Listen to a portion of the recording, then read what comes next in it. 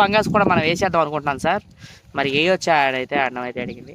రూప్చంద్ పంగాస్ కూడా అది శాఖం ఇలా సగాల కింద పోసేద్దాం అనుకుంటున్నాను. అసలు అలా వేయొద్దండి అసలు. ఫస్ట్ ఆఫ్ ఆల్ మనం పంచాయతీ చెరువులో మేత వేయం, అవును కదా. మేత వేయినప్పుడు మేత తినే చేపలు వేయకూడదు, ఇది మ్యాండరేటరీ.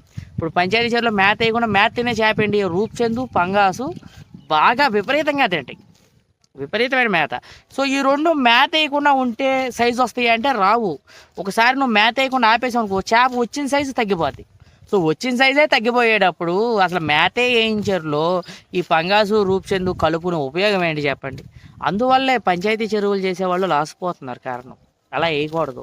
సో ఇంకో విషయం ఏంటంటే, పంచాయతీ చెరువులో మనం చేప పిల్ల వేద్దాం అనుకున్నప్పుడు పాత పిల్ల వేయండి 100%. నేను చెప్తున్నా, పాత పిల్ల వేయండి. నెంబర్ల విషయానికి వచ్చేసరికి రెగ్యులర్ హార్వెస్ట్లో చేసే అంత అయితే దీంట్లో వేయకూడదు.